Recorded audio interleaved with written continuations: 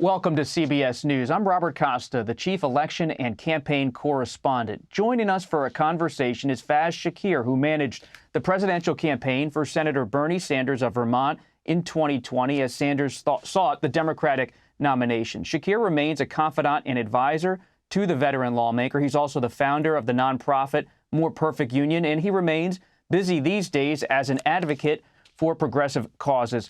Faiz, we really appreciate you taking the time to stop by. You have stirred a lot in Washington in recent days, writing a New York Times op-ed article for the New York Times where you argued that the push by top Democrats, including those in the Biden White House, to move the South Carolina primary to the front of the line would be a bad move for Democrats. And the criticism of your piece in some quarters has been that black voters in South Carolina deserve a chance to have that first shot in the nominating process. So what's your case against that? Well, certainly I applaud President Biden on behalf of his plan, quite frankly, identifies the need to move up battleground states like Michigan and Georgia and Nevada closer to the front of the line. And that makes a ton of sense, Bob, because now we're talking about states that we need to invest in for a longer period of time, talk to a lot of voters, do a lot of voter outreach. And the outreach that would occur in a primary election would be beneficial to a general election effort to try to win that state, win the presidency. So that makes a ton of sense. And if we're following that logic, it's kind of one of those kids games where you do which of the following does not fit in the category. Which one does not apply? And South Carolina doesn't apply. It's not a general election battleground, and it is a deeply conservative state, not consistent with a lot of democratic values, not a pro-union state. I appreciate the diversity that it has, but if you are talking about wanting to heed the voices of black voters, you can actually heed the voices of black voters without having to put California or put South Carolina first. There's other ways to heed the voices of black voters. There's ways to move Georgia to the front of the line, a state that has more African-American voters than South Carolina does. Michigan is obviously a very diverse state. So I reject the argument that somehow the only way in which we could appreciate the voices of black voters is to move South Carolina to the front of the line. That's insulting. There's a lot of ways to appreciate diverse electorate. And the primary goal here, Bob, of course, is to select a nominee that you can present before a general election that is the strongest possible Democratic nominee. And so I think having some of these general election states be first would make the most sense. You're a key player in the progressive movement right now. You remain close to Senator Bernie Sanders. Let's say South Carolina ends up being the first primary, the first vote in 2024. What would that mean for the progressive movement? Well, I think certainly South Carolina is a state with a lot of, as you mentioned, black voters, but also a lot of white voters. If you go back to 2020, when we lost that state, if you track Bernie Sanders in 2016 and Bernie Sanders' performance in South Carolina in 2020 over the 4-year period, you look at the black voters in that state, and we generally were consistent. The turnout of black voters was consistent in the state, and our performance with them was pretty consistent in the state. And in a more crowded field in 2020, Bob, you would have assumed that, well, that probably accrues to the Bernie Sanders advantage, right? If you have more people competing and you get generally the same number of votes, you probably do a little bit better. We didn't. We did worse. Why? Because the number of white voters in the state doubled. And the number of white voters largely came out against us. And remember, this is an open primary state in which, Donald Trump on the Republican side was uncontested. We can assume that there were probably some, who knows how many, but some conservative, moderate, whatever you want to call them, white voters in the state who probably moved in and voted in the Democratic primary and probably didn't side with Bernie Sanders. And so I think that when you look at that state, it's a lot older. There's another element of the South Carolina electorate. As progressives, we did poorly with older folks, regardless of your race. We did worse with them. We did better with younger folks, and South Carolina didn't have a huge, youth turnout in 16 or in 20. And you think of the progressive constituencies, they aren't as strong there. You don't have the younger people of color, you don't have younger working class audiences that you do have, even in a place like North Carolina, the neighbor that's just to the north of them, right? I think that would be a far more suitable state. You think of Nevada, of course, where you have a strong working class constituency, a lot of younger voters there. So I think that for progressives, if you're just looking at through that lane, of course, they're probably stronger states to start off first. But to be clear with you, Bob, that's not the primary reason that I'm arguing against South Carolina. I would be more comfortable with Georgia, which I think would still be a hard state for many progressives. But it would create potentially a dynamic where a more centrist candidate got a big bounce early in the process. Right, and I mean, if we're being practical about it, Bob, I think if some of the progressives, this would behoove South Carolina, but if you were some of those candidates thinking about running in, let's say, 2024, and this was the calendar, I bet there's some of them would be thinking about moving right past it and asking who's number two in line. Yeah, and I don't think that that's healthy for the process either, right? Why are we overlooking a first state? We should select a first state that you actually do want to go and compete in. And remember, Bob, last time South Carolina was number 4 in the process, and basically everybody competed there, and that was good. That's healthy. I'm for people competing in the states. Don't just run past it.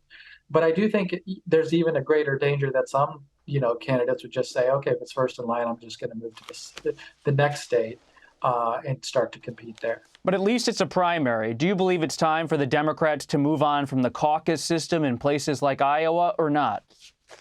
Yeah, I think we should move past Iowa, and it saddens my heart, actually, because I've been there so much and so frequently as you have too, Bob. And the one thing about Iowans is that they take the process pretty damn seriously. They really, I can't tell you how many people I saw who should turn out to not one of our events, not 2 of our events, they would turn out to 10 of our events. And in addition to turning out to 10 of our events, go and attend Elizabeth Warren's events, the Buttigieg's events. And they took it very seriously. And then they get inundated with TV ads and door knocks and phone calls and feel comfortable with it all and say, hey, it's part of the process. I'm honored to be first. But you're still ready to move on from them. And why, Bob? Because they screwed up 2020, right? If you screw up a caucus, it's your only job, right? Your only job is to count votes and deliver an outcome. And they couldn't do it, not only that night, but for many nights thereafter. We didn't know who won the Iowa caucus. And I think when you engage in that kind of egregious wrongdoing, there should be accountability in the world. And therefore, you do not deserve the opportunity to go first this time. Have you gotten any pushback for coming out against the South Carolina primary going first? We've seen some of it publicly, but what about privately? You were one of the first people on the left to speak out and say, hey, wait a minute, I don't like this. Well, maybe it's a little bit of self-selection, and I hear from the people that I hear from, right, Bob? But like everyone who's been writing to me has been saying, hey, thank you for saying that. We agree with you. And maybe they don't want to say it publicly, but they will write to me. Why are they afraid to say it publicly, Faiz? Obviously, in the criticism that I received, made it sound as if I have some kind of opposition to Black voters' voices. You and I know that couldn't be further from the truth, but we're trying to make a strategic judgment and determination. And, the head of the DNC is a person who is from South Carolina, of course. Jamie Harrison ran for Senate there, spent $130 million, the most expensive Senate race in the nation, and lost by 12 points to Lindsey Graham. So it was a very difficult, proposition for him. And I don't think my take from that situation is, why are we going to ask more candidates to go and dump money and resources into that state? So they're creating an environment, obviously, where South Carolina has some powerful voices on the Democratic side. We're saying, no, it has to be this way, and you have to fall in line. And I happen to question it. And I believe the questioning of it is pretty logical. Let's talk real politics here. As you said, the chairman of the party, Jamie Harrison, from South Carolina, one of the most influential members of Congress, Jim Clyburn, from South Carolina. President Biden, not from South Carolina, but certainly his presidential campaign was given an enormous lift by the South Carolina primary. Do you believe all of those players perhaps are leaning on the scale too much to make this happen?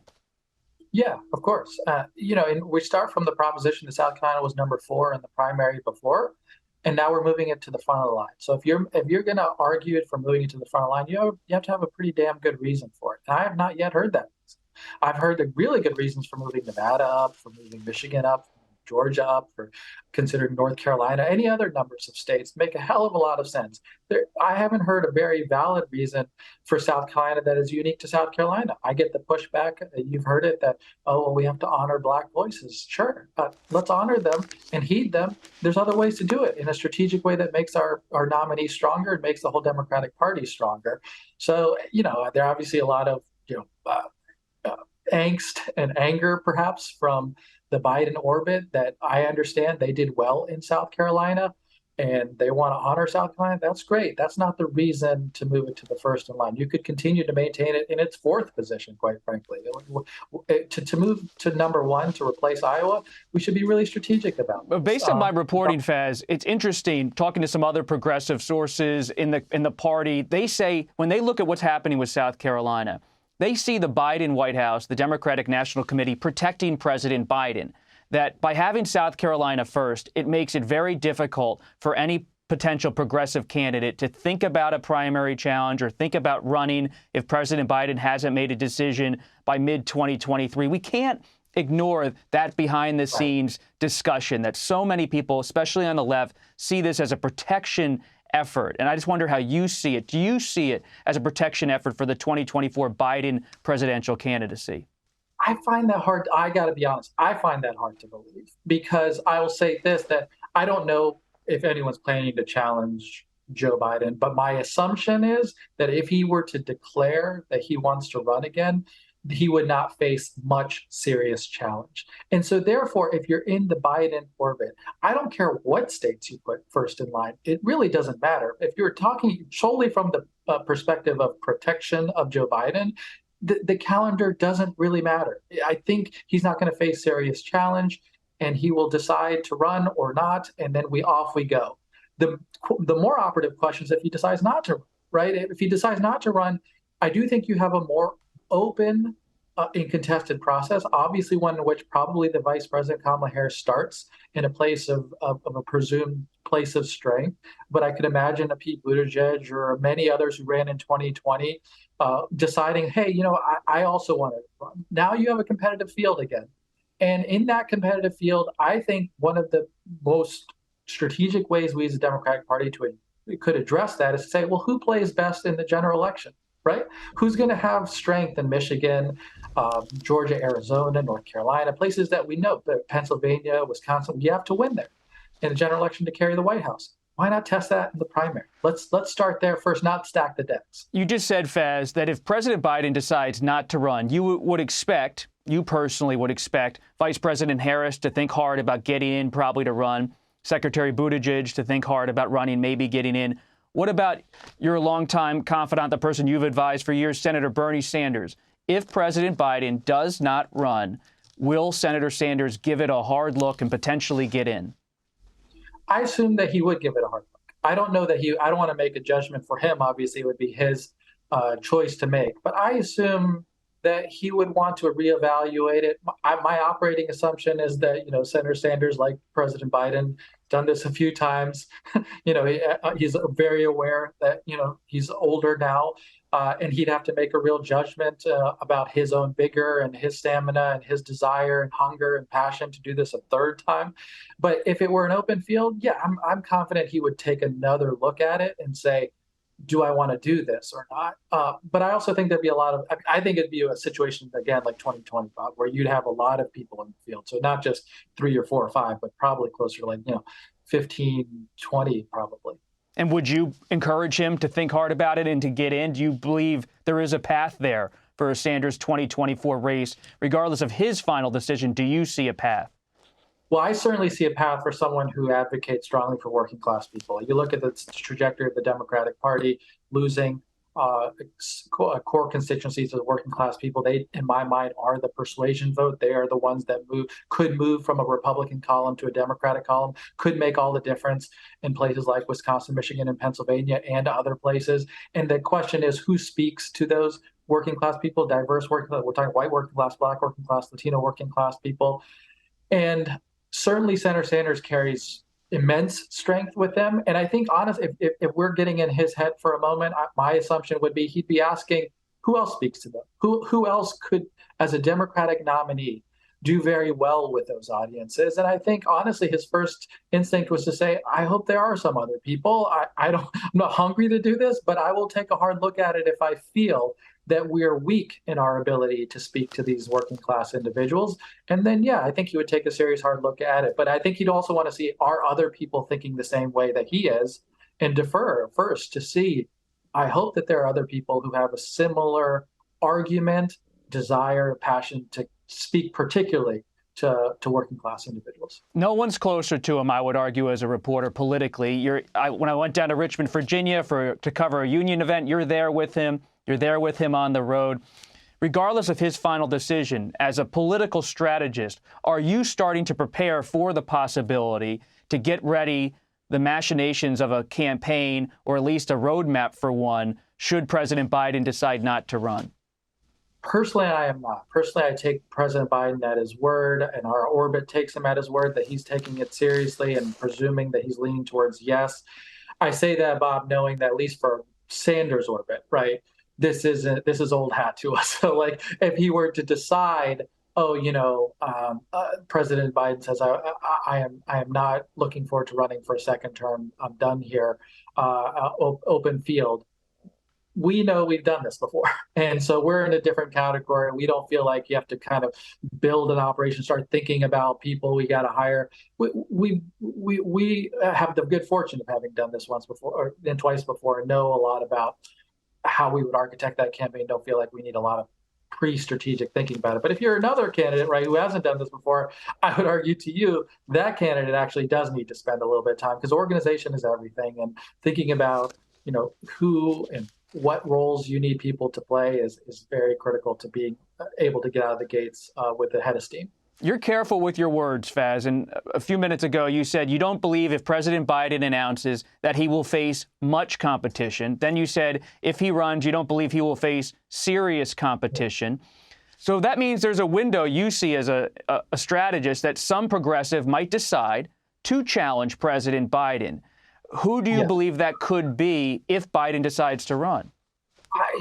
I'd be lying to you if I had an answer for you, Rob. But I would say it's akin to 2016, in which you had Secretary Clinton in the pole position with the vast amount of support of the party, and most people saying, we're not intending to contend and fight it. And I do think, though, because of the strength of the progressive movement, the desires of people to have voice in this process, like 2016, Bernie Sanders largely came out of nowhere, right? I mean, most people assumed, Hillary Clinton was not going to be substantively challenged. You had Governor Martin O'Malley run. You had Jim Webb, senator from Virginia. But run. What about this time? What's going to happen and this time around? I would think that's why I say. That's why I reflect back on 16, Bob, because we didn't even know who those people, were going to be who challenged Hillary Clinton. I would guess that the people who would are people we don't know. And are you hearing any rumblings behind the scenes? Are people coming to you saying we're thinking about a Biden challenge? No, I have not heard that personally. That's the thing. It's like I don't. If I did know any of those people, I would tell you. I have not heard anyone reach out to me and say, "Oh yeah, I'm looking forward to a challenge." Is there any chance Senator Sanders challenges President Biden should Biden decide to run? No, he stated that publicly. He would not challenge President Biden if he declared he wanted to run. Faiz Shakir, looking ahead, we really appreciate you taking the time to reflect on the op-ed that stirred a lot of debate inside the Democratic Party, and also talking about the 2024 race, which has already begun. President Trump, the former president, already in the race. Faiz Shakir, longtime advisor to Senator Bernie Sanders of Vermont, his campaign manager in 2020. We appreciate your time. Thank you, Bob. Appreciate it.